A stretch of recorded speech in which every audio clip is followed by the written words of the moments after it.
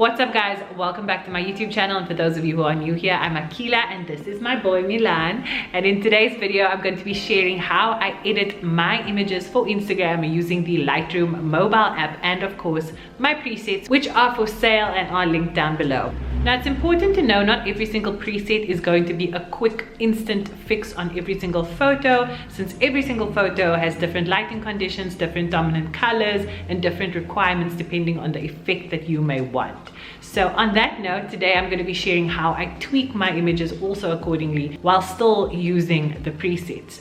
Lightroom Mobile is the best app you can possibly use for your filters and for your editing for Instagram. Apps like Visco, apps like Snapseed, while they are great and they can give you an amazing effect, they do in the end still reduce the quality of your images, whereas Lightroom is the only program that's going to improve that quality. The reason being, Lightroom is part of the Adobe app, so it's literally the sister or brother to Photoshop. So it's designed for professionals, and then this is obviously just the app version, so you have it on the go on your phone.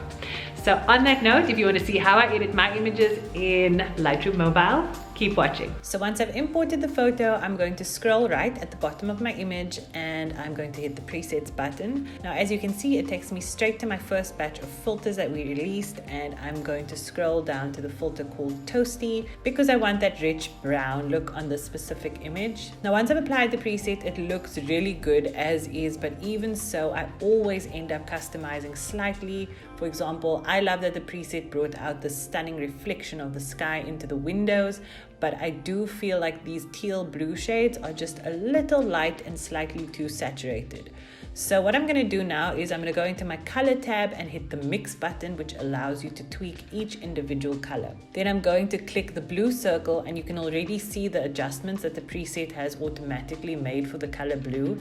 And I'm going to play around with that hue, saturation and luminance a bit until I get a less saturated, detailed, moody look. Now the hue refers to whether or not you want a more teal or purple tinted blue. The saturation is of course whether you want your specific color to be richer and brighter or closer to the color gray and a bit more muted, while the luminance refers to how light or dark you want that color to be.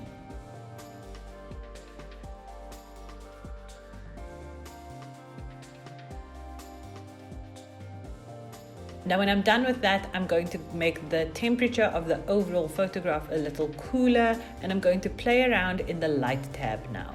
You should always dabble around with your highlights, shadows, whites and blacks and your contrast, because this is really what makes your image rich, and it's actually what brings out the detail. It's not sharpening or making things crisper. It's your lights, your darks, your shadows, your highlights. Personally, I love the detail brought out with lower highlights and higher shadows, but you must tweak this properly according to the image's needs. It can make or break your image. Finally, I want to have a slightly more pink hue to my skin tone, and for that I need to adjust my reds but also my oranges, since the two shades often work hand in hand with color adjustments, especially when it comes to skin. So if you find that your skin tone isn't doing what you want it to do, play with both your reds and your oranges. And that's what the image looks like before and after. So that is it from me for today guys. I hope you enjoyed this video and I hope you learned something. As always, please don't forget to like, share and subscribe. Leave me some love in the comment section below. I always love to hear from you. And if there are any other content creation or editing tips or shooting tips that you want to know from me, let me know in the comment section and I'll see what I can do for you guys. Thank you so much for watching, and I'll see you guys next time.